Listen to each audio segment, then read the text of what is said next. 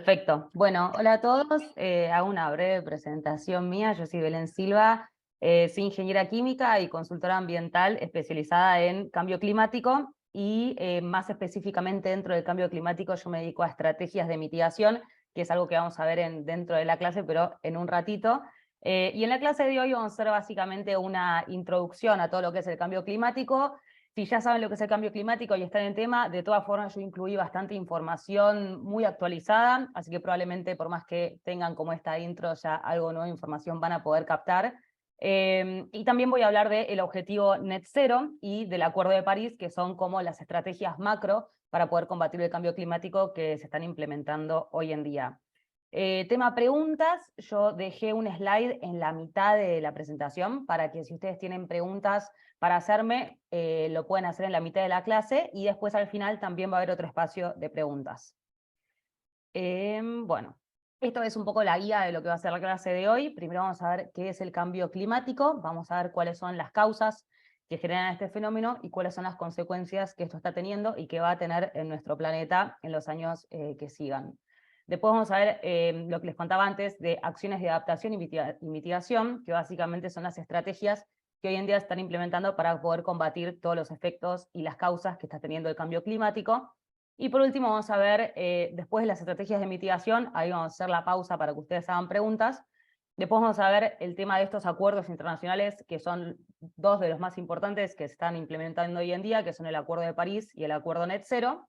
Y por último, les voy a dar como una foto actual de cómo es que están progresando estos avances en función de los objetivos y del progreso que están haciendo cada uno de los países alrededor del mundo para poder justamente disminuir sus emisiones o combatir el cambio climático de acuerdo a los estándares de estos acuerdos. Bueno, entonces, empezamos con qué es el cambio climático. Esto va a ser un poco, como les decía, la estructura de la clase, las causas, las consecuencias y después las acciones que estamos tomando para combatir este fenómeno. El cambio climático se genera a raíz de, esto vamos a verlo en detalle en las próximas slides, pero para que ustedes tengan como la foto completa, el cambio climático se genera a raíz de las emisiones de gases de efecto invernadero que los humanos estamos generando a partir de distintas actividades que nosotros realizamos para nuestro día a día, como por ejemplo producir energía, transportarnos, producir alimentos. Todas estas actividades de la vida cotidiana generan emisiones de gases de efecto invernadero, que podemos saber bien cómo, y estas emisiones se acumulan en la atmósfera terrestre. Esta acumulación de emisiones hace que la temperatura de la Tierra esté aumentando cada vez más, y este aumento de temperatura de la Tierra es lo que produce el conocido cambio climático. Y después de esto vamos a ver justamente qué es lo que podemos hacer para tratar de disminuir las causas y consecuencias de este fenómeno. Entonces, las causas del cambio climático. Primero vamos a hacer una intro de qué es el efecto invernadero, porque yo les dije antes que el cambio climático se produce a raíz de la acumulación de gases de efecto invernadero en la atmósfera. Entonces vamos a ver bien de qué se tratan estos gases. ¿Sí? Estos gases son gases que debido a su estructura molecular tienen la capacidad de retener calor del sol durante la noche. Es decir, el calor irradia su luz durante el día y cuando se refleja durante la noche, lo que hacen estos gases de efecto invernadero debido a su estructura es capturar una parte de ese calor. Si estos gases no estuvieran en la atmósfera terrestre, la vida en la Tierra sería inviable, o sea, viviríamos en un planeta de menos 18 grados centígrados, o sea, no sería viable la vida en la Tierra, con lo cual los gases de efecto invernadero son importantes y son necesarios, porque justamente lo que hacen es retener el calor del sol durante la noche para que la Tierra no se enfríe tanto. El problema es que cada vez hay más y más y más de estos gases, entonces lo que está pasando es que la temperatura de la Tierra está aumentando demasiado y la Tierra está saliendo de su equilibrio, y esto está generando todas las consecuencias que vamos a ver después. Entonces, ¿de dónde provienen estas emisiones de gases de efecto invernadero? Bueno, en gran parte provienen de la forma en la que nosotros producimos energía. Según este paper, que en muchos slides también ustedes van a ver que hay algunos cuadraditos como de informes. Bueno, esos son todos los informes que yo estoy usando para la presentación, que al final de la presentación van a estar todos los links para que ustedes puedan recibir por si quieren profundizar en alguno de estos papers o investigaciones que yo estoy usando. Pero básicamente la mayor parte de las emisiones de gases de efecto invernadero que están siendo acumuladas en la atmósfera se generan por la forma en la que nosotros producimos energía.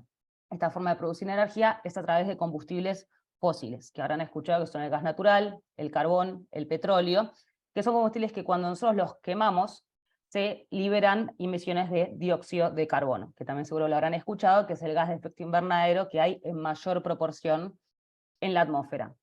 Entonces estas emisiones, de vuelta, acá es otro gráfico de otra fuente que se llama Nuestro Mundo en Datos, Our World in Data, que también da como una, ¿de dónde provienen estas emisiones? Bueno, gran parte de la energía que utilizamos, dentro de la energía también está incluido el transporte, y esta fuente particularmente separa a lo que son las emisiones de agricultura, ganadería y cambios en uso de suelo, que el otro paper las incluía dentro de la energía, y este paper las separa, por eso es que el valor de la proporción de energía es un poquito menor.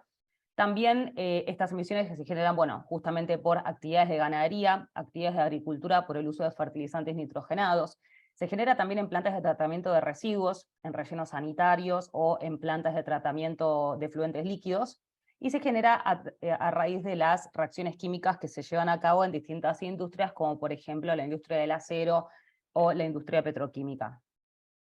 Entonces, ¿cómo es que se generan estos gases de efecto invernadero a través de la producción de energía? Bueno, como ven acá en el gráfico de la izquierda, esto es cómo está compuesta nuestra matriz energética hoy en día, es decir, de dónde los humanos sacamos combustibles para producir energía. Como ven, el 85% casi de la energía proviene de combustibles fósiles, petróleo, carbón y gas natural. Hoy en día ya estamos casi en un 12% de contribución de las energías renovables, que son energía eólica, energía solar, biomasa y energías que son bajas en carbono y que se pueden renovar naturalmente. Los combustibles fósiles están almacenados bajo la tierra, se generan durante millones de años y nosotros en un lapso muy cortito de tiempo los estamos sacando para producir energía, con lo cual cuando el recurso tarda mucho más en regenerarse que lo que tarda en ser utilizado, eso se llama, se denomina no renovable ese recurso, que es el caso de los combustibles fósiles. En el caso del viento, del sol, son recursos que se regeneran a la misma velocidad a la que nosotros los usamos. Entonces, hoy en día, nuestra matriz energética está compuesta por estos combustibles fósiles. Estos combustibles fósiles básicamente son cadenas de hidrocarburos, o sea, de carbono, hidrógeno, unidos en cadenas más o menos largas. La cadena más cortita es la del gas metano, justamente, que es el gas que usamos en la cocina, que es la primera reacción de combustión completa que vemos ahí arriba, que básicamente es que cuando el metano nosotros lo ponemos en presencia de oxígeno y calor, se genera esta reacción de combustión completa que libera dióxido de carbono, vapor de agua y energía. Entonces, este dióxido de carbono que se libera en esta reacción justamente es el dióxido de carbono que se acumula en la atmósfera terrestre y que está generando el cambio climático, junto con otros gases de efecto invernadero que ahora vamos a ver. Pero básicamente esa es la forma en la que la producción de energía moderna está haciendo que se generen cada vez más gases de efecto invernadero, y eso está haciendo que estos gases se acumulen, que aumente la temperatura de la Tierra y que se genere el cambio climático que estamos viviendo. Bueno, este es un video que salió hace poquito de la NASA, hace muy poquito salió este video que justamente nos muestra en vivo la concentración de dióxido de carbono que está rodeando a la Tierra, ¿sí? Esta masa de aire que rodea a la Tierra, que la ven ahí moverse en color amarillo, justamente son estos gases de efecto invernadero que retienen el calor del Sol. Entonces, esta acumulación de gases fuera del equilibrio, es decir, cuando supera cierto valor, es lo que hace que la Tierra se caliente cada vez más. Y esta acumulación es lo que genera todas las consecuencias que les mencioné antes. Ahora, los gases de efecto invernadero, se habla mucho del dióxido de carbono, del CO2, pero en realidad no es el único gas de efecto invernadero. Los más comunes, que son los más estudiados y los más cuantificados, son el dióxido de carbono, el metano, el óxido nitroso y los gases clorofluorocarbonados. Que estos gases clorofluorocarbonados o hidrofluorocarbonados son los mismos gases que contribuyen al detrimento de la capa de ozono, ¿sí? O sea, estos gases son como doblemente malignos porque no solamente reducen el grosor de la capa de ozono, sino que también contribuyen al cambio climático. Y como ven acá a la derecha, tenemos que cada gas de efecto invernadero tiene un potencial de calentamiento global. Este potencial de calentamiento global es un número que da un indicio de cuánto calor retiene ese gas, ¿sí? El dióxido de carbono es el que se toma de forma estándar, y en función de ese se evalúa el poder de calentamiento, que significa cuánto calor puede retener cada gas, cada molécula de gas. Entonces, mientras más alto sea el potencial de calentamiento global, eso significa que por más que haya una cantidad chiquitita de ese gas, el efecto va a ser mayor que el dióxido de carbono, justamente porque tiene una capacidad de retener más calor.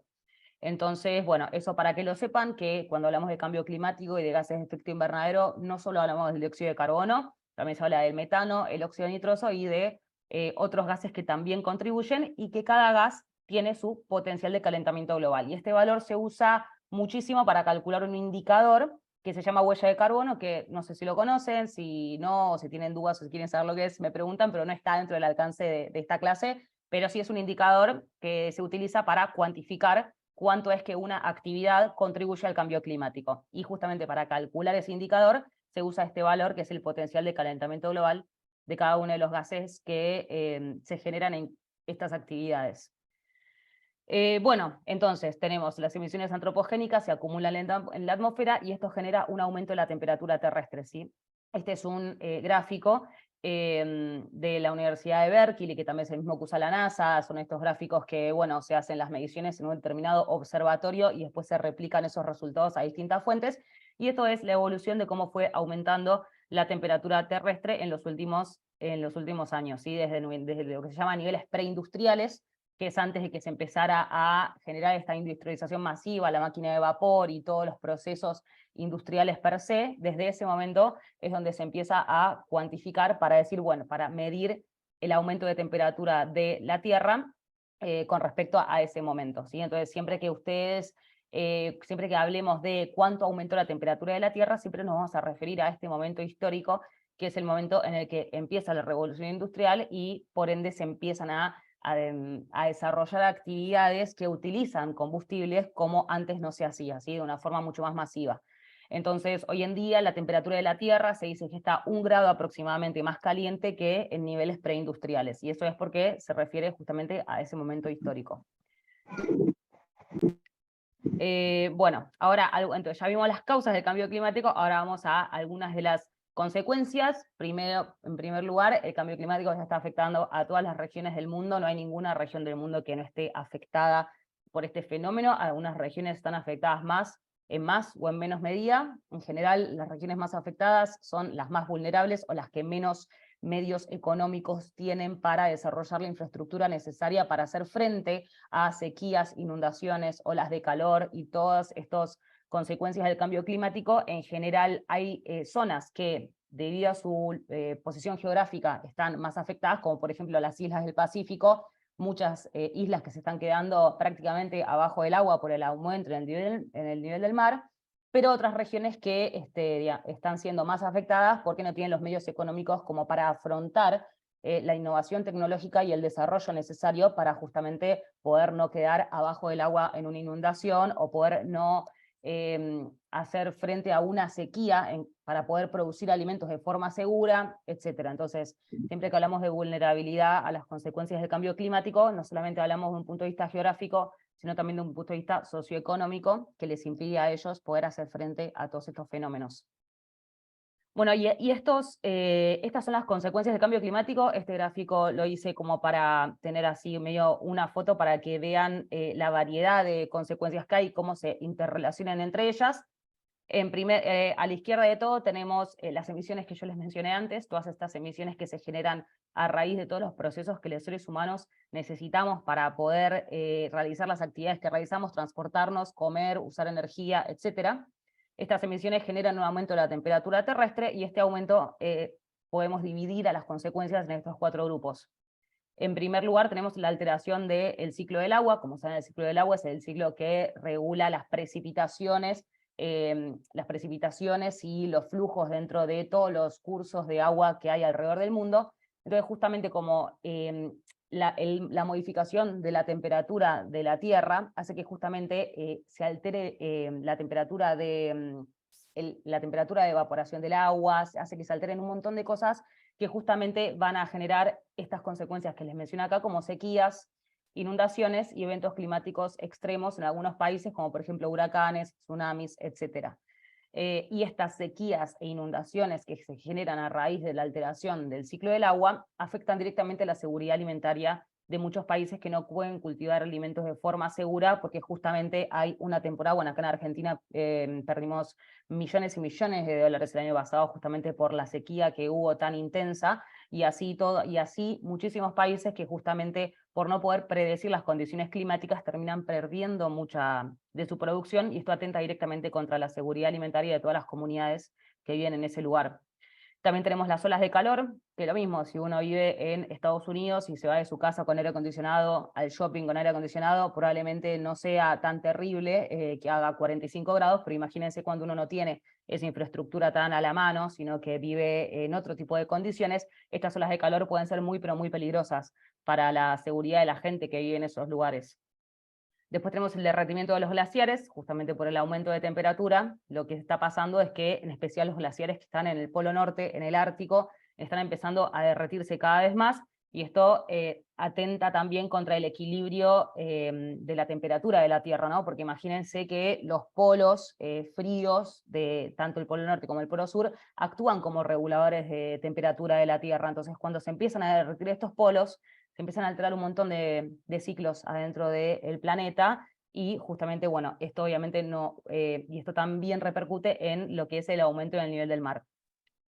Y después, por último, tenemos la acidificación de los océanos, que la acidificación de los océanos es un proceso que se genera por el dióxido de carbono de la atmósfera. Hay dióxido de carbono disuelto en el área atmosférico, y este dióxido de carbono, cuando entra en contacto con el agua, después de alguna serie de reacciones, genera ácido carbónico adentro de los océanos. Y este ácido lo que hace es disminuir el pH de esos océanos, y eso atenta directamente contra la vida de los corales marinos. Y eso es uno de los mayores problemas que está teniendo el cambio climático hoy en día. Y dentro del derretimiento de glaciares, otro fenómeno bastante parecido, pero distinto, es lo que es el derretimiento, capaz que escucharon, del permafrost, que el permafrost son formaciones de hielo que hay en la Siberia y en determinadas áreas de Rusia, en donde hay formaciones de metano almacenadas abajo de esas formaciones de hielo, y lo que está pasando también es que por la temperatura de la Tierra, que aumenta cada vez más, esas formaciones de hielo se están empezando a derretir, y con ese derretimiento se está empezando a liberar el metano que está almacenado ahí adentro, que, como les mostré antes, el metano es un gas de efecto invernadero que es 25 veces más potente que el CO2, con lo cual este derretimiento del permafrost también es un fenómeno bastante grave que está ocurriendo hoy en día por el aumento de temperatura de la Tierra. Y esto no voy a profundizar demasiado, pero creo que está bueno para que ustedes lo sepan, que existen 9 puntos de no retorno. Ahí arriba tienen la fuente del paper, que es un paper que salió en 2019 en la revista Nature, que lo describe bastante bien, que son los puntos de no retorno. ¿Qué significa esto? Que si nosotros superamos cierto límite en cuanto a la degradación de alguno de los ecosistemas que hay en estos puntos, eso va a ser muy difícil de volver atrás. O sea, va a ser muy difícil, por ejemplo, el punto número 2, que es la reducción de área del hielo marino en el Ártico. En el caso de que se derrita una determinada cantidad de hielo, ese hielo va a ser muy difícil que se vuelva a generar. Ahí me están levantando la mano. Yo al principio de la clase había dicho que voy a dejar en la mitad de la clase, o sea, capaz que en 10, 15 minutos, un espacio para que me hagan todas las preguntas juntas, y después al final de la clase otro espacio. Así que bueno, ahora en 10, 15 minutos yo ya dejo un lugar para que ustedes me hagan preguntas.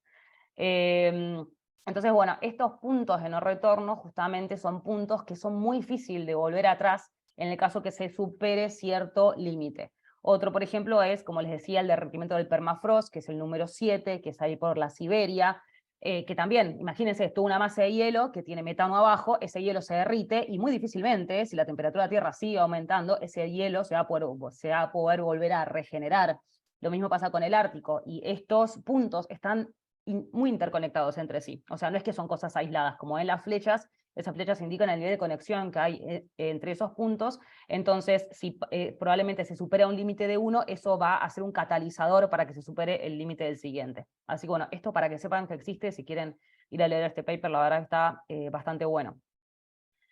Bueno, y otra de las consecuencias del cambio climático que no mencioné antes, pero que está bueno pues se menciona en este informe del IPCC que salió en 2021, para los que no sepan, el IPCC es el panel intergubernamental para el cambio climático, que básicamente es un conjunto de científicos de todas partes del mundo que no hacen sus investigaciones propias, pero que sí están, ponele durante 5 o 6 años, mirando la información de la NASA, de NOAA, de todos los papers científicos, investigaciones académicas que se hayan hecho. Son aproximadamente entre 600 y 700 científicos que se la pasan recopilando información, y cada 5 o 6 años emiten un informe en donde dan el estado y la foto actual del clima en base a todas estas investigaciones que ellos estuvieron recopilando. Entonces, en 2021 salió el último informe del primer grupo de trabajo, que trabaja sobre la ciencia climática. El segundo grupo de trabajo trabaja sobre medidas de adaptación, y el tercero sobre impactos y vulnerabilidad. Entonces, este informe que salió en 2021 sobre la ciencia climática, esta es una de las imágenes y de las afirmaciones que se hacen en este informe, que básicamente lo que dicen es esto: durante los últimos años, tanto la tierra, como saben, los árboles por el proceso de fotosíntesis, los suelos capturan dióxido de carbono, ¿sí? Los océanos lo mismo. Justamente como les decía, el dióxido de carbono reacciona con el agua y forma este ácido que está degradando las algas de coral, pero eso es cuando se supera cierto límite de dióxido de carbono disuelto. En general, tanto las plantas de los océanos como de la tierra capturan dióxido de carbono, y justamente es por eso que nosotros emitimos 100 toneladas y hasta ahora venía solamente acumulándose un 35-33% en la atmósfera, y el resto era capturado por la tierra y los océanos. Bueno, esa situación va a cambiar drásticamente si seguimos acumulando dióxido de carbono, pues justamente se colapsa la capacidad que tienen los suelos y los océanos de capturar CO2, así que bueno, otra consecuencia bastante importante del cambio climático es que es como medio un círculo vicioso. Mientras más emisiones haya en la atmósfera, menos van a poder capturar los océanos y los suelos y los árboles, entonces más va a quedar remanente dentro de la atmósfera. Entonces es como medio un círculo vicioso ahí. Estos son distintos escenarios, lo que ven en los distintos colores son distintos escenarios de emisiones. Hoy estamos más o menos en el azul de la izquierda, contando para la derecha el segundo. Hoy estamos más o menos en esa situación, y la situación naranja, roja y bordó serían situaciones proyectadas en el caso que la acumulación de CO2 o gases de efecto invernadero siga aumentando en la atmósfera. Bueno, voy a mencionar qué son las acciones de adaptación y mitigación, y después ya dejo el espacio para las preguntas. Entonces, este es el gráfico que les mostré al principio de la clase, que le hacemos un repaso, que es que las emisiones de gases de efecto invernadero que generamos los humanos para realizar todas las actividades que necesitamos para nuestra vida, genera una acumulación de estos gases en la atmósfera, que genera un aumento de la temperatura de la Tierra, y esto está generando el cambio climático. ¿Qué podemos hacer? Hay dos tipos de acciones. Un grupo de acciones se llama acciones de mitigación, y otro grupo de acciones que se llaman acciones de adaptación. Yo, como les decía, me dedico a acciones mi nicho es acciones de mitigación. Entonces, las acciones de adaptación justamente lo que dicen es, a ver, el cambio climático ya es un problema, ya estamos en una situación bastante grave, entonces, ¿por qué no empezamos a preparar a las comunidades y a las ciudades y hacerlos más resilientes a un fenómeno que efectivamente va a pasar? O sea, ya no hay duda de que las consecuencias del cambio climático cada vez van a ser peores, porque la acumulación de gases de efecto invernadero en la atmósfera no es una cosa que entra un poco de dióxido de carbono y al año sale, sino que ese dióxido de carbono está durante cientos de años ahí en la atmósfera. Entonces nosotros todo lo que estamos emitiendo ahora se va a quedar ahí, digamos, salvo que venga, no sé, un robot a sacarlo de la atmósfera, cosa que no va a pasar. Ese dióxido de carbono que estamos generando ahora, por más que mañana digamos, che, basta, dejamos de emitir, todo lo que emitimos hasta ahora está ahí. Entonces, las consecuencias del cambio climático medio que son inminentes. Entonces, por eso es que se le da mucho peso a esto que son las acciones de adaptación, que es decir, bueno, ya la situación que esperamos para las próximas décadas no es demasiado positiva, entonces ¿por qué no hacemos acciones que puedan fortalecer y que las comunidades, las personas, las ciudades puedan afrontar las consecuencias del cambio climático de la mejor manera posible? Algunos ejemplos de esto son, por ejemplo, lo que les decía antes, las olas de calor. Hay las personas que no tienen la infraestructura necesaria para soportar durante 3 semanas temperatura de 50 grados, probablemente no va a ser lo mismo que una persona que vive en una ciudad donde tiene acceso a lugares acondicionados. Entonces, preparar a estos lugares más vulnerables para estas futuras olas de calor es una acción de adaptación que no disminuye la causa raíz del problema, pero sí por lo menos ayuda a afrontar las consecuencias que van a venir. Por ejemplo, otro es la infraestructura de adaptación para la elevación del nivel del mar. Hay ciudades costeras que ya se sabe que el mar va a aumentar y que esas ciudades tienen que empezar a fortalecer su infraestructura para que ese aumento en el nivel del mar no afecte a las comunidades que viven ahí. Entonces, esta es otra acción de adaptación, decir, bueno, ¿cuánto va a aumentar el nivel del mar en los próximos 20 o 30 años? Bueno, empecemos a preparar a elevar estas ciudades o tratar de generar la infraestructura necesaria para que ese aumento del nivel del mar no afecte directamente a las personas que viven ahí. Bueno, otra cosa también es la educación, o sea, educación a la gente que vive en determinados lugares más vulnerables, es decir, bueno, educar a la gente, decirles, che, va a pasar esto en los próximos años, quizás que hay sequías, quizás que hay épocas de mucha inundación, y poder capacitar y formar a esas personas para que puedan, como les digo, hacer frente a esas consecuencias y que sepan y que estén informados de que eso va a suceder en los próximos años. Obviamente no hay nada que sea el 7 de julio de 2030, no hay ninguna cosa como tan específica sobre qué es lo que va a pasar dentro de 7 años, pero sí más o menos, como les nombraba antes las consecuencias, hay determinadas consecuencias y que depende del lugar geográfico de cada lugar, más o menos podemos saber qué podemos esperar en las próximas décadas de cada región. Bueno, y las acciones de mitigación lo que hacen es laburar sobre la causa raíz, o sea, trabajan en la causa raíz del problema, no trabajan en las consecuencias del cambio climático, sino que las medidas de adaptación lo que buscan es decir, bueno, ¿qué es lo que está generando este problema? Bueno, nuestras emisiones de gases de efecto invernadero, ok, vamos a bajarlas. Entonces, las acciones de mitigación justamente lo que buscan es atacar la causa raíz del problema. Entonces, como les mencioné al principio de la clase, ¿qué es lo que genera más emisiones de gases de efecto invernadero hoy en día? La producción de energía. Ok, entonces una acción de mitigación sería, ok, vamos a fomentar la producción de energías renovables o bajas en carbono, o vamos a tratar de generar sistemas de eficiencia energética que permitan aprovechar mejor la energía y poder obtener más energía y perder menos. Por ejemplo, toda acción que disminuya la huella de carbono de una industria, ¿sí? De actividades industriales que generen cierta cantidad de emisiones, bueno, ¿cómo podemos bajar estas emisiones? Esas son las acciones de mitigación, que justamente lo que hacen, como les digo, es ir a la causa raíz del problema y tratar de empezar a transicionar hacia una economía y hacia ciudades y lugares y comunidades cuyas economías no estén basadas en la producción de energía con combustibles fósiles, sino con energías renovables o con sistemas bajos en carbono. Bueno, acá sí, ahora sí, espacio de preguntas, si alguien tiene alguna pregunta. Belén, en la parte del chat tenemos dos o tres preguntas. Primero pregunta Eliseo que cómo se combate el cambio climático. ¿Hay algunas medidas para combatirlo? Bueno, capaz que lo preguntó antes de, antes de que hablara de las medidas de adaptación. Ay, espera que. Ahí está. Y bueno, justamente sí, hay dos formas de combatir el cambio climático. Una forma es combatir, como les decía antes, la causa raíz del problema, que son justamente las emisiones que nosotros generamos con las actividades. Y otra forma de combatir es a través de medidas de adaptación que busquen decir, bueno, las consecuencias van a venir igual, ¿qué podemos hacer para tratar de afrontarlas de la mejor manera posible?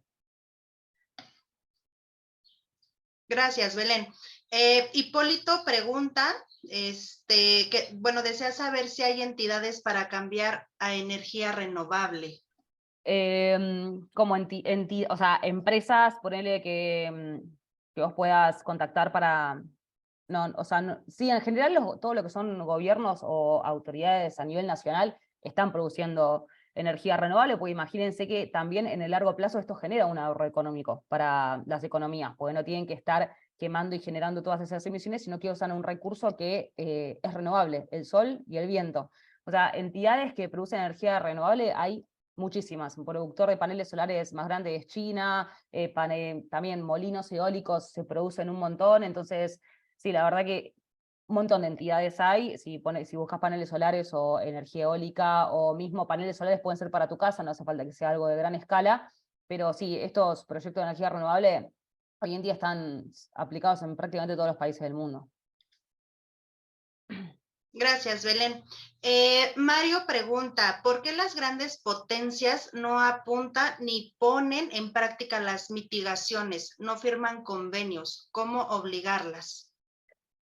Bueno, ahí nos metemos en otro tema, puede ser una clase entera de esto, pero hay una cosa que se llama los mercados de carbono. Los mercados de carbono hay dos tipos, voluntarios y obligatorios. Hay países que los gobiernos le ponen un límite a las empresas. Che, vos, no sé, Samsung puedes emitir no sé, 1000 toneladas de dióxido de carbono al año. O sea, esto pasa en la Unión Europea, esto pasa en California y en algunos estados de Estados Unidos, esto pasa en Corea, esto pasa en algunas localidades de China también, no está tan extendido. Hay otro, me estoy olvidando uno, pero bueno, en Nueva Zelanda también hay ciertos países que sí le ponen un límite a las empresas en cuanto a cuántas emisiones pueden generar por año. Y si se pasan de ese límite, tienen que pagar penalidades. Lo que pueden hacer en este régimen también esas empresas, ponele, esa empresa dice, no, mira, yo no emití 1000, emití 1200. Pero tengo a una empresa acá al lado que emitió 800, o sea, emitió menos de lo que le dejaban. Entonces yo lo que puedo hacer es comprarle a esa empresa el restante. Eso está pasando. Yo entiendo que este mercado obligatorio se va a extender cada vez más porque, y sobre todo cuando se vea la efectividad que están teniendo estas medidas en estas regiones. Pero bueno, sí, Mario, esto pasa en algunas regiones pasa y en otras todavía no, pero bueno, se entiende que esto probablemente se va a difundir y mientras más se analice si este tipo de medidas o limitaciones para las empresas son efectivas o no, más se va a implementar en otros lugares. Gracias, Belén. El doctor Jaime pregunta, ¿qué piensas sobre la postura que niega el cambio climático? ¿Qué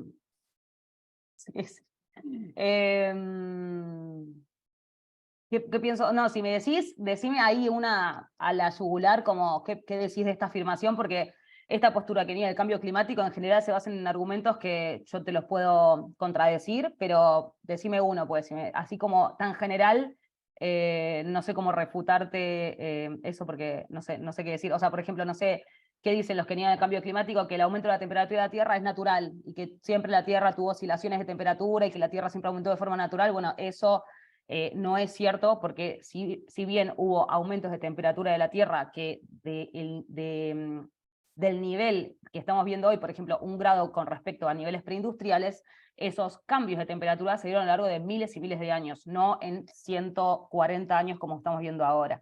Entonces, sí hubo determinadas oscilaciones en la temperatura terrestre a lo largo de miles y miles de años, pero justamente estos cambios han sido en tiempos mucho más prolongados, en donde el planeta ha tenido tiempo de adaptarse y regenerarse a medida que fueron pasando estos cambios. No es el caso que estamos viviendo ahora. Gracias, Belén. Y tenemos a Francisco que dice, se dice que la ganadería contribuye con mucho, al generar GEI. ¿Qué opinas? Sí, bueno, vieron que yo le dije que había distintos gases de efecto invernadero. Uno es el metano. La ganadería contribuye justamente a la generación de metano dentro de lo que es la agricultura y la ganadería. Justamente por un proceso que se lleva a cabo dentro de los rumiantes, de su proceso digestivo, que se llama fermentación entérica, y que es un proceso a través de los cuales las vacas, cuando van comiendo y van digiriendo este alimento, generan gas metano como parte de su metabolismo. Y este gas metano, bueno, se acumula en la atmósfera, y la ganadería sí, efectivamente, es la actividad que más metano genera de todas las actividades. Pero esto se puede como mitigar, esta contribución de la ganadería a las emisiones de metano se puede bajar si esas vacas pastorean o llevan a cabo distintos procesos de ganadería que no son la ganadería intensiva, que es apilar quizás a 100 vacas adentro de un corral, sino que es dejar que esas vacas pastoreen, que no coman semillas transgénicas, sino que vayan y pastoreen dentro. Bueno, ese tipo de actividades que son como volver un poco al pasado, digamos, y no tanto a la industrialización de la ganadería, pueden hacer que estas emisiones de metano sean mucho menores que lo que son actualmente. Así que sí, pero no es que sí o sí la ganadería tiene que ser el mayor generador de metano del mundo, sino que esto puede mitigarse si esas prácticas de ganadería se hacen de forma diferente, que ya se están haciendo en un montón de lugares, pero bueno, no en la mayoría. Gracias, Belén. Tenemos a Huayca que nos dice, el objetivo 13 de la Agenda 2030 de las Naciones Unidas contempla el compromiso para el cambio climático. Sí, que es el ODS 30, sí, eso creo que es una afirmación y digo, sí. Ok, gracias, Belén. Ya son todas las preguntas que tenemos en el chat y únicamente tenemos a Eliseo que levantó la manita para poder preguntar o contribuir. Okay. Eliseo, adelante.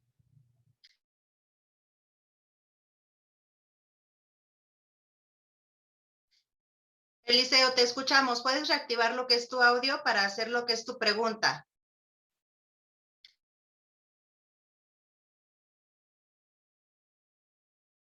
Capaz se le quedó la manita. Es que también comentó en el chat, dice, quiero comentar brevemente. Eliseo, vamos a continuar con lo que es tu clase, Belén, y damos el paso al final, ¿vale? Para no Dale, perder el tiempo. dale, Gracias, Belén. perfecto. Bueno, entonces ahora vamos con la segunda parte de la clase, que justamente, bueno, ya hablamos de todo esto, que es las acciones de mitigación, adaptación que podemos tomar.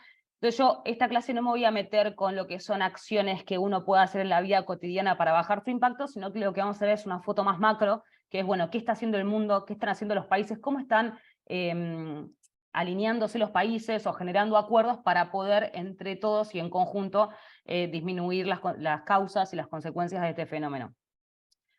Entonces, esto es un gráfico que, como ven acá en el eje de abajo del horizontal, es una proyección, ¿sí? Nosotros ahora estamos en 2023, o sea, esto es una proyección de qué es lo que pasaría bajo distintos escenarios. El escenario rosa, que es el de arriba de todo, es qué pasaría si no hacemos nada. O sea, qué pasaría si seguimos haciendo lo mismo de siempre, no hacemos nada. Bueno, lo que pasaría es que para fin de siglo la temperatura de la Tierra aumentaría entre 4.1 y 4.8 grados centígrados. Como les dije, hoy estamos más o menos en 1 grado por encima de niveles preindustriales, o sea que estaríamos en 3, casi 4 grados más.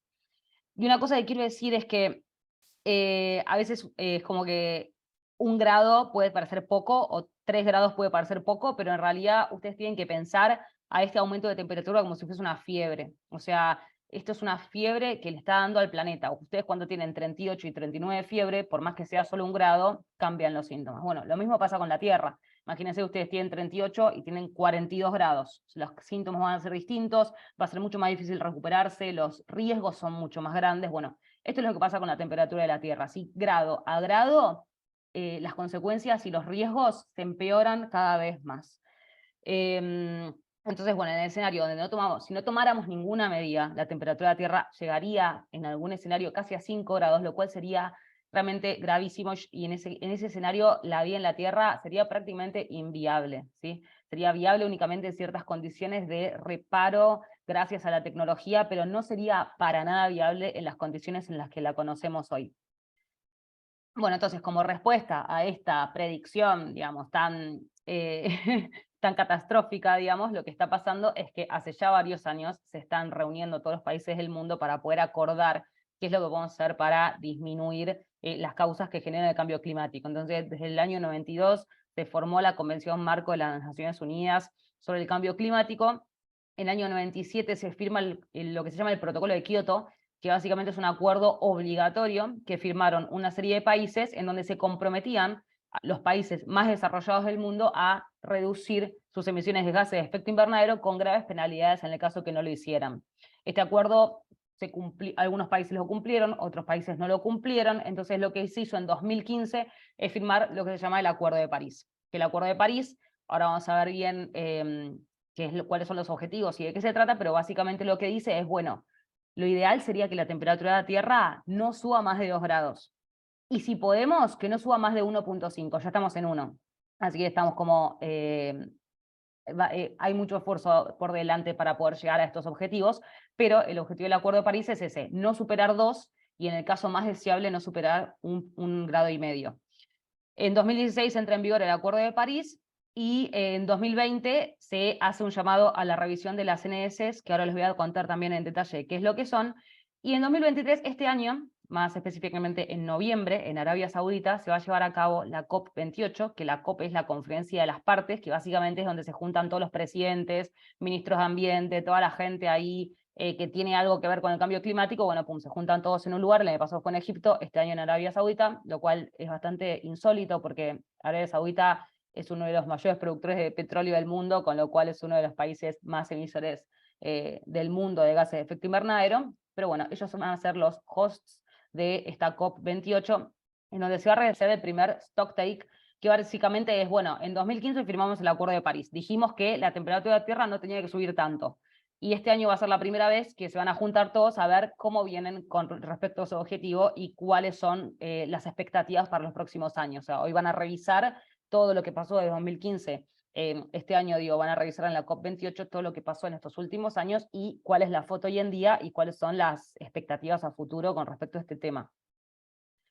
Bueno, entonces el Acuerdo de París es un documento legal que establece un marco para reducir, como les decía antes, las emisiones de gases de efecto invernadero que generan el cambio climático. Entonces, es una, sí, justamente busca esto, busca decir, bueno, no queremos que la temperatura de la Tierra suba más de 2 grados y, en el caso deseable, que no suba más de 1,5. Este es el principal objetivo del Acuerdo de París. Y para cumplir este objetivo hay 3 ejes, ¿sí? Hay 3, trabaja sobre 3 ejes el Acuerdo de París. El primer eje es de mitigación, que justamente lo que le decía antes es, bueno, ¿cómo podemos hacer para que todos los países del mundo bajen sus emisiones un nivel suficiente que haga que la temperatura de la Tierra no aumente más de 2 grados? Entonces, justamente hay toda una línea que se trabaja en torno a acciones de mitigación para poder frenar las emisiones y hacer que la temperatura de la Tierra no suba más. Después hay un segundo eje del Acuerdo de París que justamente se basa en medidas de adaptación. Dice, bueno, está bien, vamos a reducir las causas que generan el cambio climático, pero también vamos a aumentar la resiliencia de los países que están más vulnerables a las consecuencias de este fenómeno.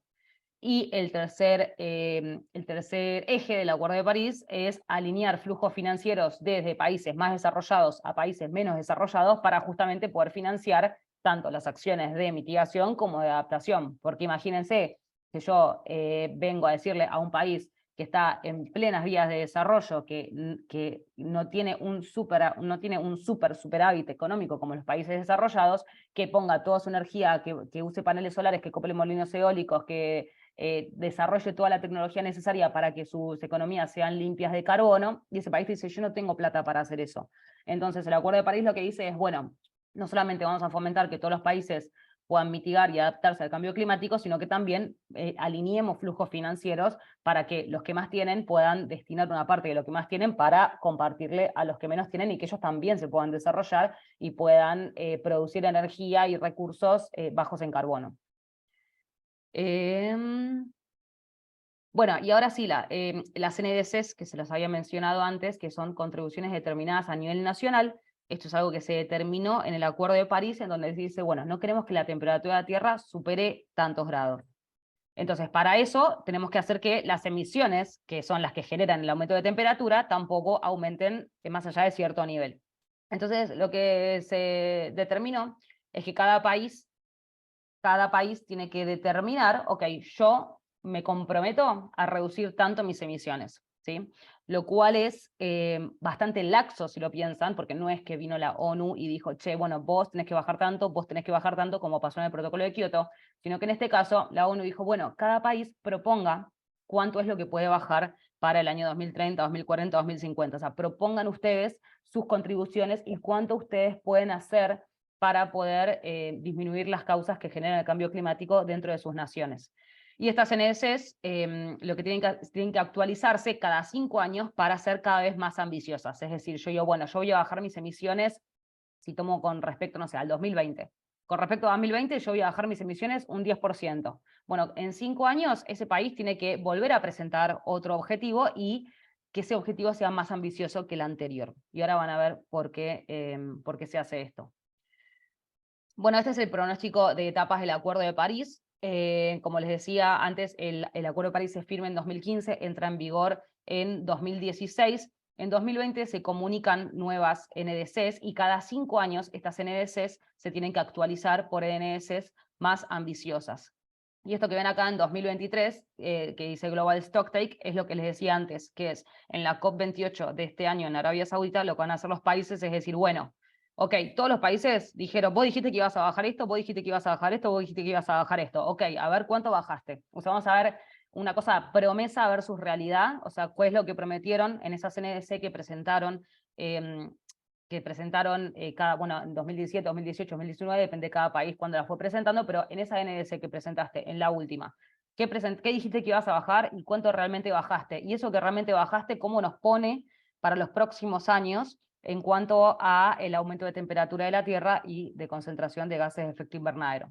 Entonces es bastante importante lo que va a pasar este año porque nos va a dar como la foto real de lo que está pasando a nivel de, bueno, qué es lo que prometieron y qué es lo que realmente están haciendo los distintos países. Y otro de los objetivos del Acuerdo de París es que para 2050 se cumpla el objetivo de net cero, que ahora vamos a ver bien qué es lo que es. Bueno, vamos a ver el net cero. Básicamente, el camino que plantea el Acuerdo de París, si ven acá, yo recién habíamos hablado de la línea rosa, que es qué pasaría si no hacemos nada. Después tenemos la línea naranja, que dice Current Policies, que es, bueno, con todas las NDC, con todo lo que los países prometieron que iban a bajar, ¿a dónde llegaríamos para fin de siglo? Bueno, 3 grados, o sea, casi el doble, o sea, 2.5, 2.9, bueno, casi el doble de lo que plantea el Acuerdo de París. Después tenemos el camino a 2 grados y a 1.5 grados, que son los que están abajo de todo. Entonces, todavía tenemos una brecha que cerrar en cuanto a lo que deberíamos hacer para cumplir con este acuerdo y lo que estamos prometiendo que vamos a hacer, que tampoco es lo que estamos haciendo. Entonces, bueno, lo que plantea el objetivo net cero es que para el año 2050 nosotros todas las emisiones que generamos las compensemos, ¿sí? Ahora vamos a ver bien qué es lo que es eso. ¿Qué significa net cero? Que no es lo mismo que carbono neutralidad. Esta foto que ustedes ven acá es lo que se llama carbono neutralidad, que significa que una empresa genera una cierta cantidad de emisiones y que esas emisiones que esa empresa genera equivalen a emisiones que captura un proyecto, por ejemplo, de reforestación, que esa empresa ayuda a financiar. Lo voy a decir de otra forma porque una empresa genera una cierta cantidad de emisiones. Supóngase que genera 1000 toneladas de dióxido de carbono por año que contribuyen al cambio climático. Como ustedes saben, los árboles capturan dióxido de carbono a través de la fotosíntesis. Entonces, si yo soy esta empresa que genera estas 1000 toneladas, si yo genero estas 1000 toneladas, pero yo ayudo financio la plantación de una determinada cantidad de árboles que capturen la misma cantidad de dióxido de carbono que yo emití, eso se llama compensación de emisiones. Es lo que hacen los bonos de carbono hoy en día.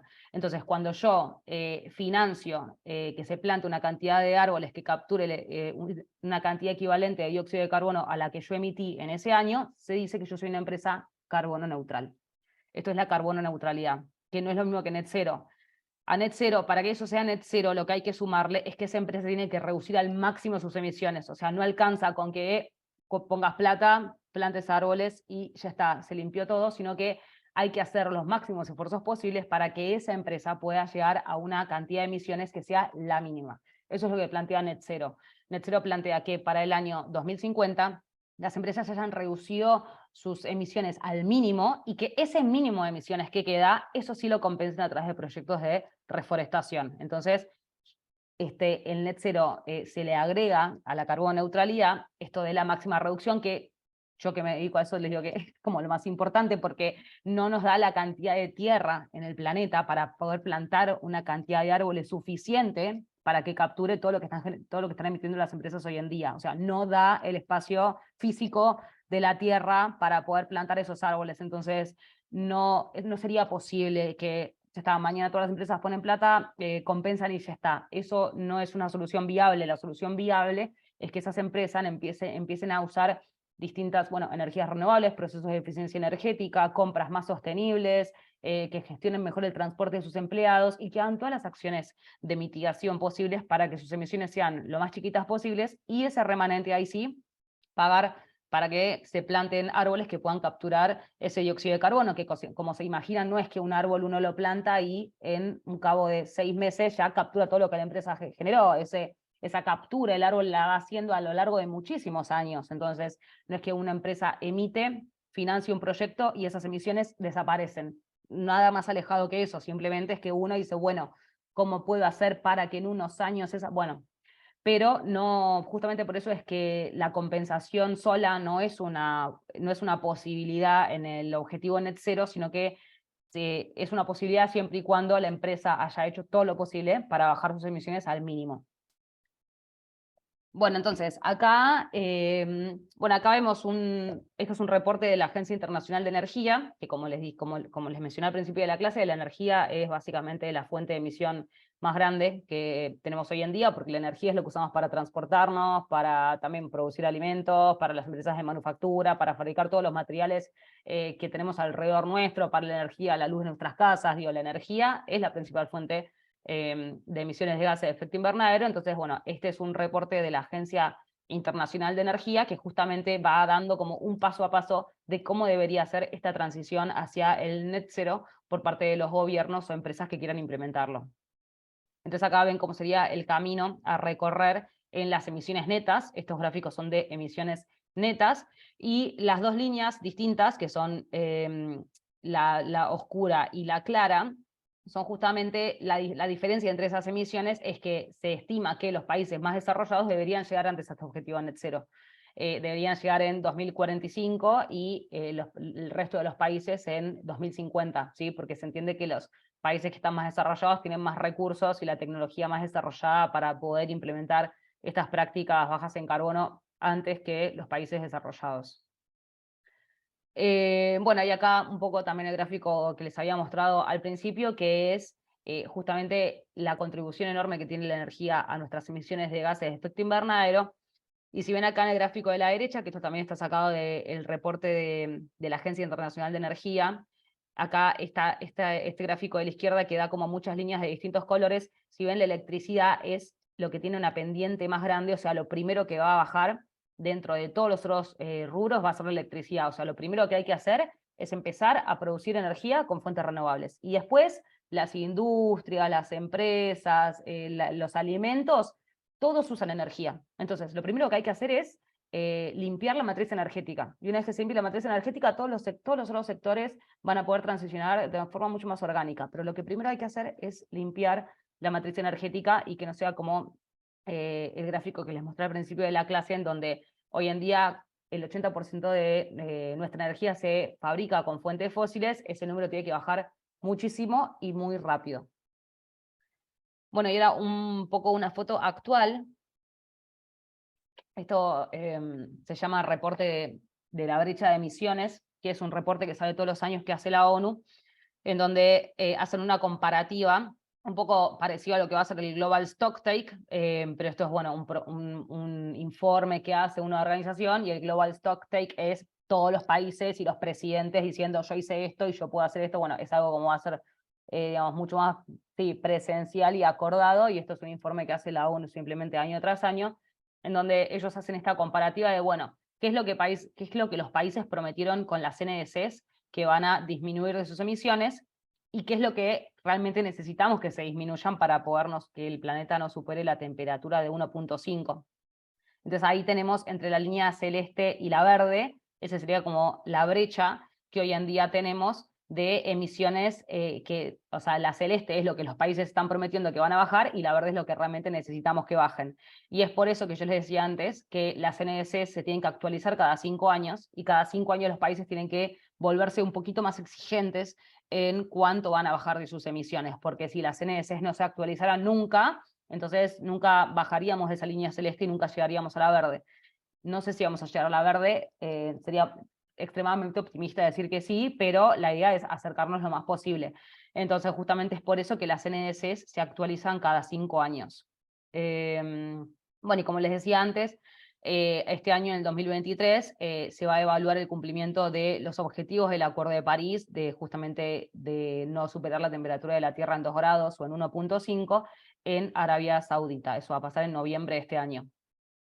Y esto es un informe que salió ahora, junio de 2023, como ven, esto acaba de salir hace una semana, que es el Net Zero Stocktake. O sea, este año el Acuerdo de París es el Global Stocktake, que es como, a ver, cómo venimos con los objetivos del Acuerdo de París.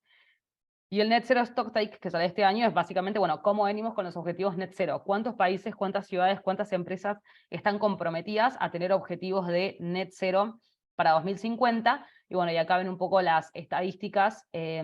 Este año ya hay 149 países que tienen objetivos de Net Zero, y 929 empresas que también han reportado de forma pública y se han comprometido a través de determinadas acciones a llegar a este objetivo de net cero para el año 2050.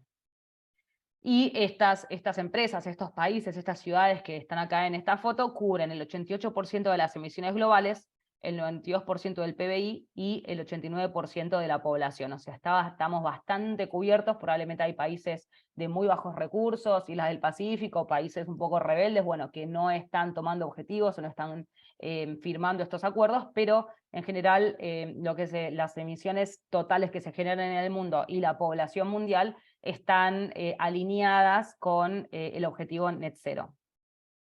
Así que bueno, eso sería todo. Si tienen preguntas, ahora sí. Si alguien tiene una pregunta o alguna aportación, podemos levantar la manita, pueden reactivar lo que es su audio. Huayca, comenzamos contigo. Buenas tardes a todos. Belén, te felicito, tuviste una perfecta forma de presentar un panorama así de dramático, de una manera muy bonita. Te felicito por la presentación. Lo que quería aportar era algo bastante cortito. Les deseo a todos, y en especial a Belén y a todos los que presenten, mucha salud, que podamos alcanzar el año 2050, o sea, el 2050, y lograr ver si estos objetivos o estas propuestas se han logrado. Porque siempre pensamos en que la culpa lo tienen los demás. Siempre pensamos que los demás son los que tienen que cambiar, que los demás, los gobiernos son los que tienen que tomar las acciones, que las comunidades son las que tienen que tomar las acciones, y debemos comenzar con nosotros. ¿Qué podemos desde nosotros? Si podemos tener paneles solares en nuestra casa, si nuestro auto puede ser eléctrico, si podemos contribuir de alguna manera chiquita, porque al final somos todos, ¿no? Somos todos los que vivimos en este mundo y al final ya somos todos perjudicados. La ola de calor que hay ahorita en nuestros países, yo vivo en Aruba, es bastante, estamos pasando bastante trabajo, la temperatura está muy alta, y en otras partes también está falleciendo muchas personas por la temperatura, que no pueden manejar las temperaturas que están sucediendo, ¿no? Entonces, ese era mi aporte. Muchas gracias por esa presentación tan bonita. Gracias a la universidad y a todos mis compañeros. Bueno, espero que Dios les dé mucha salud, ¿no? Gracias. Gracias, Huayca. ¿Alguien tiene alguna pregunta, alguna aportación para, bueno, Jane, ya empezamos contigo. Artemio Alarcón, ¿puedo? Sí. Artemio, empezamos con Jean David y seguimos contigo. ¿Te parece, Artemio? Y después con Daniel. Empezamos con Jean, Artemio y Daniel, ¿vale? Jean, empezamos contigo.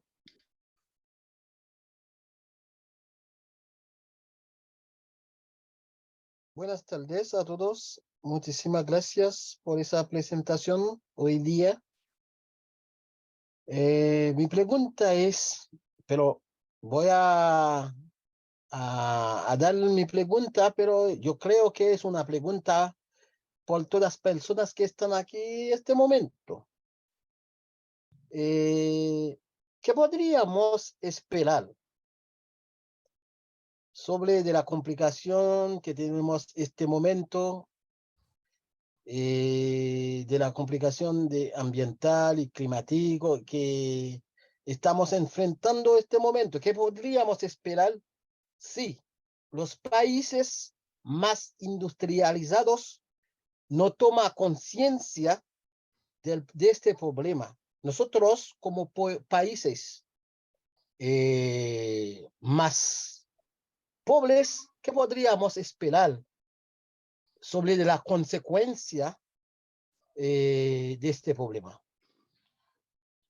Sí, bueno, eso como yo decía antes, va a depender mucho de no solamente la ubicación geográfica, sino también las condiciones de vulnerabilidad, pero obviamente hay muchas islas del Caribe y el Pacífico que están, por ejemplo, mucho más expuestas a lo que son huracanes, tsunamis y este tipo de eventos más extremos. Hay otros países que una sequía les puede, no sé, demorar o arruinar toda una entera cosecha de producción porque no tienen la infraestructura para poder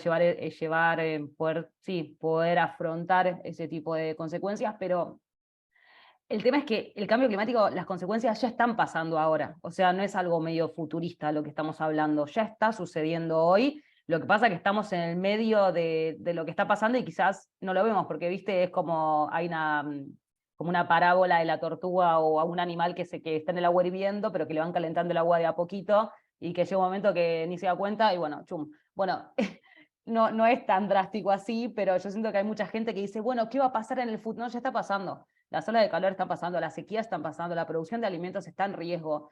Todo eso ya está sucediendo. Entonces, ¿se puede incrementar y pueden ser cada vez peor las consecuencias? Sí, pero el panorama general es lo que está pasando ahora, pero peor.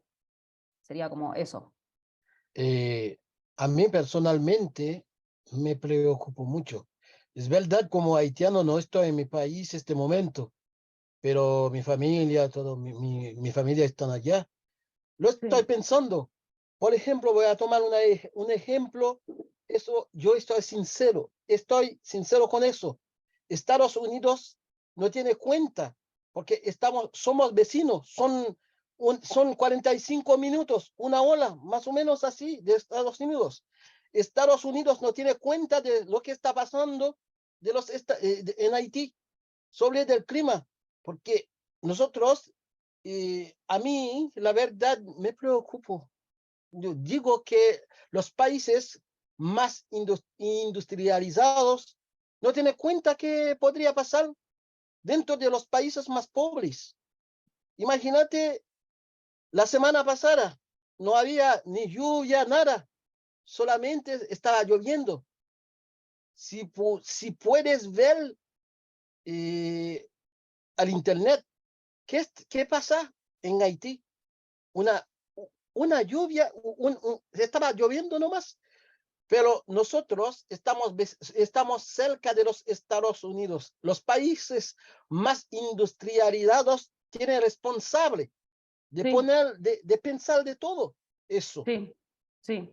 Y ahí se llama lo que hoy en día, digamos, se trata en el Acuerdo de París, que son responsabilidades comunes pero diferenciadas. Eso significa, a ver, somos todos responsables porque todos consumimos energía que viene de fuentes fósiles, pero hay algunos que tienen más la culpa que otros. Eso hay que Sí, sí, reconocerlo. sí. Y ahí es donde viene esta cosa de los flujos financieros que yo mencionaba, que es poder decir, bueno, los países más industrializados que tienen más recursos tienen que tratar de transferir algo de esos flujos para que los países que están sufriendo las consecuencias, que ni siquiera es culpa de ellos, porque las emisiones las generaron los que hoy en día están desarrollados, bueno, ayúdame a mí a adaptarme para que lo que venga después no me pegue tan fuerte. Eso, no te digo que funciona perfecto, pero Sí, alguien lo está pensando, digamos. sí, sí, sí. Es como Estoy que hay de, que estar ahí donde estás vos para decirte, yo no tengo cara para decirte, no, sí, esto se está tratando en el mundo, y no, la verdad que no, o sea, no me da la cara, pero que en algún lugar se está hablando de esto, sí. estoy de acuerdo contigo. Lamentablemente, los países más pobres que no tienen dirigente honesto Sí, va a pasar peor. Ese nomás, nada más. sí. Bueno, gracias. Sí. Gracias, Jean. Muchísimas Gracias, gracias por la presentación. Belén. Continuamos contigo, Artemio. Bienvenido, buenas noches. Soy Artemio Alarcón de Perú.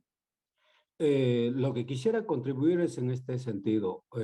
Bueno, todos somos ciudadanos de este globo terráqueo, pero la información respecto a estos temas, ejemplo, a los 17 Objetivos de Desarrollo Sostenible, está poquísimamente publicitado. Yo soy arquitecto de profesión. Por esas casualidades de la vida, por la publicidad de una Universidad de España de Murcia, tomé el masterado en energías renovables y realmente me ha cambiado la mentalidad y transmito a todos los inmersos en el tema que todos tenemos que esforzarnos en publicitar, o sea, podemos quejarnos, decir, llorar, etcétera, pero el tema ya está encima. Pensar, por ejemplo, el hambre cero. ¿Cómo vamos a detener la explosión demográfica? Se dice, ¿no?, que el 2050 llegaremos a ser 9.200 millones de habitantes en el globo terráqueo y necesitamos 3 áreas del planeta Tierra para sembrar los alimentos y sostener a esa población. Entonces, pues, ¿qué va a ocurrir? Va a ocurrir efectivamente guerras, pandemias, quién sabe, provocadas. Entonces, el problema no es único, es en macro. Tenemos que entender, y reitero mi clamor, qué alegría de estar en el Atlantic International University. Realmente creo que tenemos que abordar, o sea, todos aún el Internet mal utilizamos, no publicitamos, o sea, esto debe ser un compromiso de todos los que ya hemos empezado, como decir, con este tema que la chispa enciende la pradera, comprometernos a transmitir en lo posible, lejos de jugar, lejos de dar opiniones tontas, debemos publicitar. Sabemos del CO2, sabemos que estamos talando selva virgen en el Amazonas nosotros, y sabemos que no hay una reforestación oportuna, inclusive tenemos la suerte de que podemos cobrar los bonos de carbono, ni siquiera esa fortuna que nos da la vuelta en las narices nos damos cuenta. ¿Por qué? Por falta de publicidad. Entonces, poquitita gente, poquititos profesionales, realmente hemos enfocado. Para mí, como reitero, me ha cambiado el chip haber tomado esta decisión de hacer el masterado en energías renovables. Me siento feliz, me siento comprometido con mi microrregión, macrorregión, y si pudiera contribuir mucho más, lo haré con el mayor gusto. Eso es mi opinión. Muchas gracias, compañeros, por escucharme, y señorita Carolina, ¿no? Belén. Belén, gracias por Gracias. su disertación muy escueta. Imagino que se va a grabar y me encantaría reproducir estos temas porque usted lo ha hecho más didáctico y digamos que puede entenderlo cualquier persona y muy simple, sin mucha preparación. Entonces, muchas gracias por escucharme. Gracias. Sí, quizás que hacemos otra clase profundizando bien sobre el net zero. Yo había hablado con Clara, pero bueno, no sé si la clase va a estar subida o no. En unos días podrán ver lo que es esta clase en su sección estudiantil, en la parte de live. Ahí va a estar todas las clases que son en vivo se suben a su sección estudiantil y ahí la pueden ver. En unos 2 o 3 días más o menos va a estar esta clase en su sección. Entonces, ahorita como ya nos pasamos de la hora, tenemos 3 preguntas o 3 aportaciones más. Les pido que seamos un poquito más breves porque ya terminó la hora de Belén y pues para no quitarle un poquito más de tiempo, ¿vale? Muchas gracias. Daniel, continuamos contigo. Gracias. Hola Belén, Hola. gracias por la presentación. Como decía Artemio, un tema complejo, lo hiciste bastante amigable, así que muchas felicitaciones por eso. Gracias. Como cortito para no ocuparte mucho tiempo, en las dos áreas, una de la adaptación y en la otra en el ámbito de la mitigación. Si uno de los efectos o la mayor producción de dióxido de carbono que tú planteabas dentro de tu presentación estaba asociado a la generación de energía por nuestras matrices energéticas.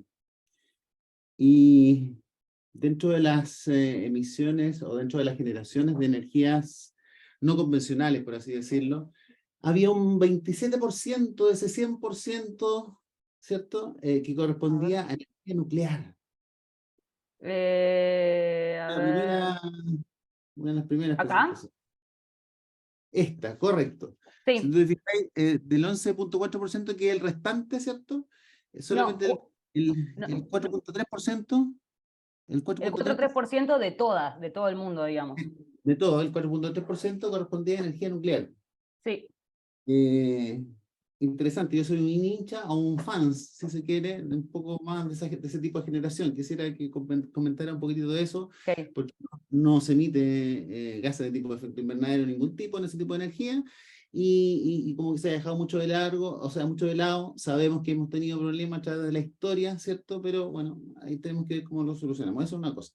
Y lo otro era, la segunda pregunta, estaba apuntando específicamente a esto de la adaptación que tú mencionabas, ¿no? En el ámbito de las NDSS, ¿cierto? Que se plantean al 2050 con un determinado valor, pero se tienen que estar renovando cada 5 años. ¿Esto no tiene un principio de gradualidad, como la ley ambiental, que generalmente los países tienen principios de gradualidad? estas NDC no tienen principio de gradualidad? Esa es la segunda pregunta y te agradezco. Ok, perfecto. Bueno, empiezo con la segunda. Las NDCs se plantean, yo propongo una NDC, por ejemplo, a 2030. En general. Y sí, yo digo, la gradualidad la establece cada país. O sea, es como algo que no está regulado externamente por la ONU, por ejemplo. Argentina dice, yo voy a bajar un 2% mis emisiones a 2030 con respecto a la de 2020. Yo lo que hago en el medio para cumplir eso, ahí ya, digamos, me arreglo yo.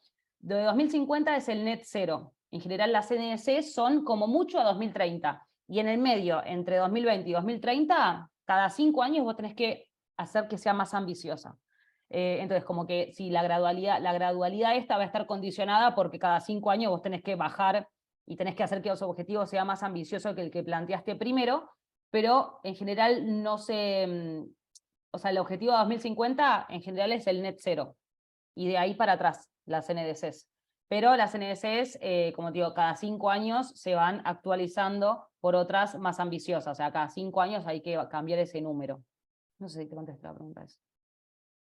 La gradualidad la pone cada país. O sea, no hay nadie de afuera que te controle cómo vos estás haciendo las cosas. Ahora sí, en 2023 en Arabia Saudita se va a sentar el jefe de la ONU con el otro presidente, con el presidente de Arabia, y van a decir, bueno, a ver qué hicieron ustedes hasta ahora. Eso va a pasar por primera vez ahora en 2023.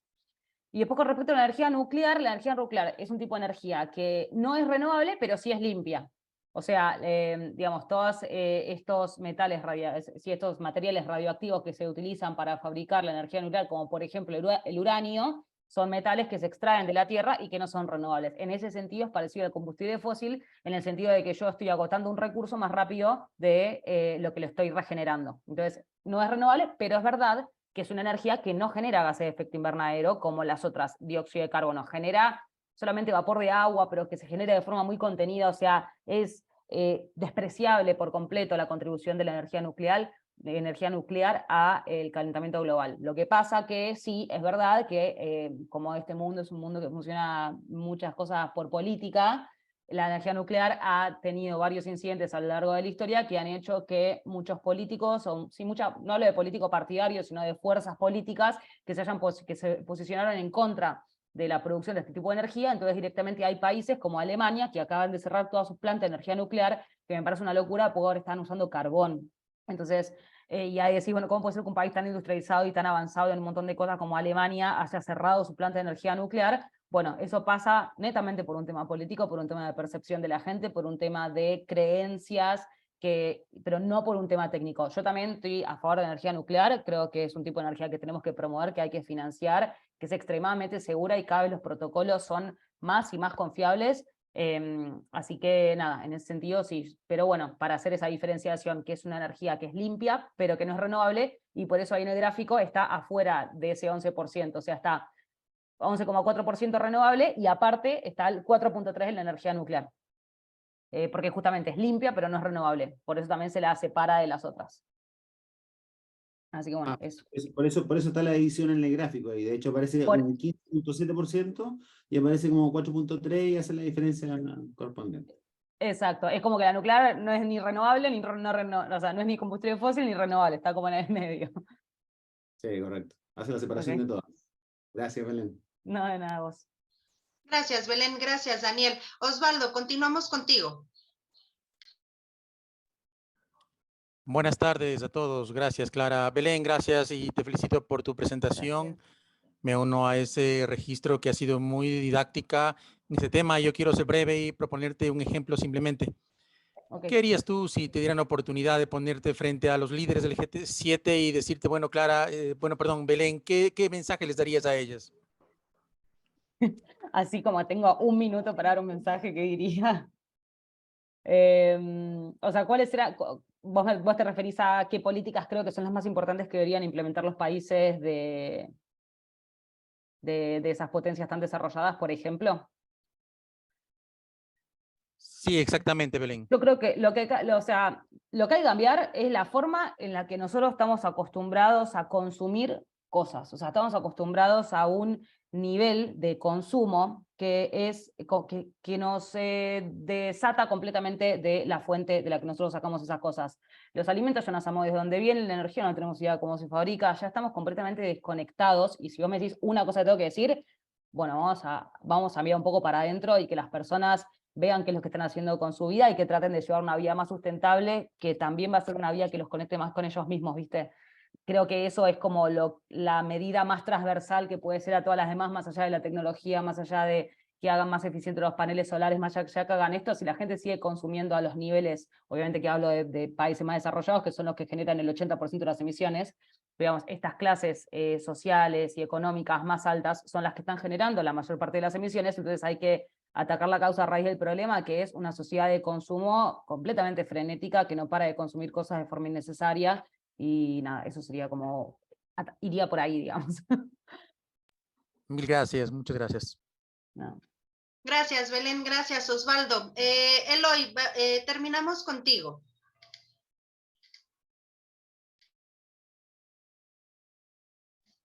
Eloy, ¿nos escuchas?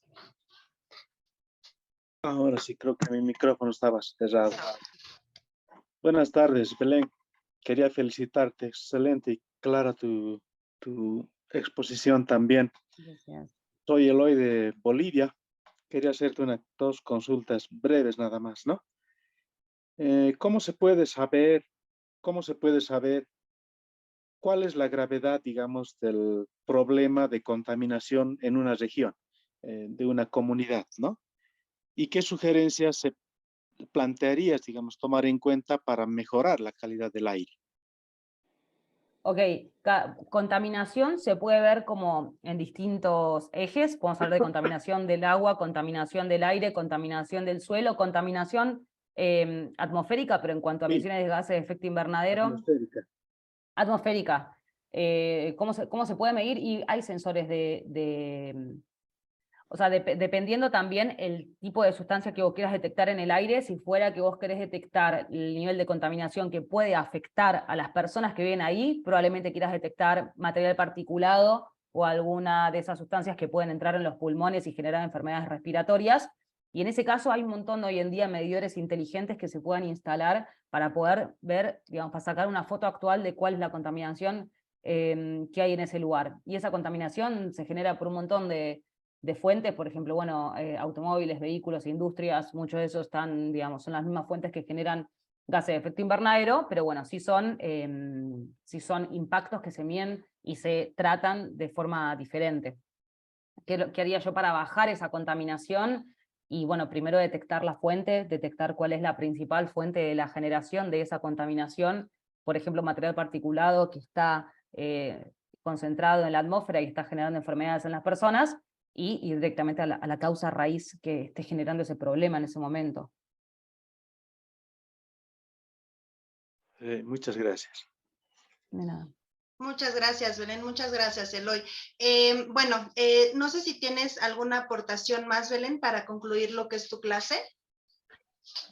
No, acá veo una pregunta en el chat que dice Marco, que es por la compensación, que es un tema de que tampoco profundicé mucho, así que si quieren para cerrar hablo un poco de eso, que es el tema que yo les decía antes de la neutralidad de carbono, que cuando nosotros queremos compensar esas emisiones, que tampoco es que desaparecen, pero sí podemos plantear una cantidad de árboles que capturen la misma cantidad de gases de efecto invernadero que liberó esa empresa.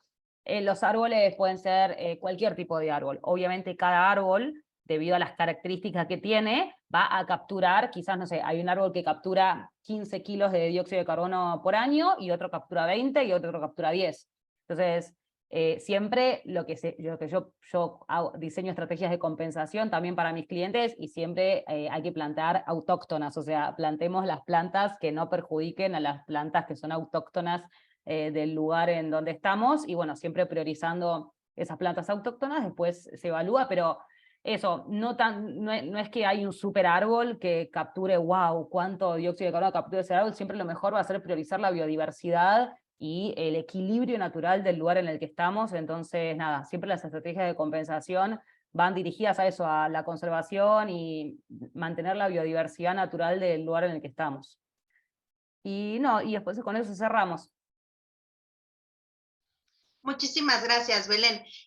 Bueno, entonces ya terminamos lo que es la clase de Belén. Posteriormente tendremos más clases con ella, refiriéndonos al mismo tema que está tocando ella.